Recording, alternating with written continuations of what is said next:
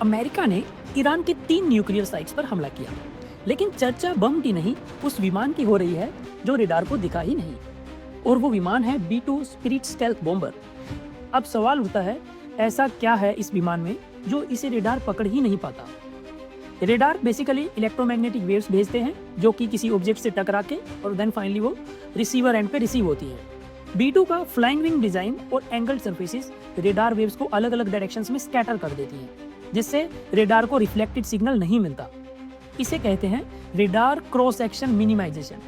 इसके अलावा B-2 की जो बाहरी सतह है उसके ऊपर एक स्पेशल तरह की रेडार एब्जॉर्बिंग कोटिंग लगाई जाती है जो कि रेडार वेव्स को एब्जॉर्ब करके हीट एनर्जी में कन्वर्ट कर देती है। ये स्पेशली कंपोजिट मटेरियल्स की बनी हुई होती है। इसका स्ट्रक्चर ट्रेडिशनल मेटल से नहीं बल्कि carbon fibre, reinforce plastic composite और रेडार ट्रांसपेरेंट मटेरियल से बना होता है। इससे इसका वेट भी कम हो जाता है और स्टेल्थ भी बढ़ जाती है। इसके अलावा इसका इंजन से जो हीट निकलती है वो बेसिकली IR सेंसर से प्रोब की जा सकती है। तो उसके लिए B-2 के इंजन को इस तरह से डिजाइन किया गया है कि एग्जॉस्ट गैसेस को मिक्स करके ठंडा किया जाता है, जिससे वो IR सेंसर नहीं पकड़ पाते हैं।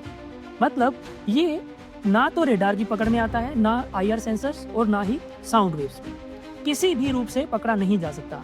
इसी टेक्नोलॉजी को कहते हैं LO टेक्नोलॉजी या लो ऑब्जर्वेबिलिटी टेक्नोलॉजी।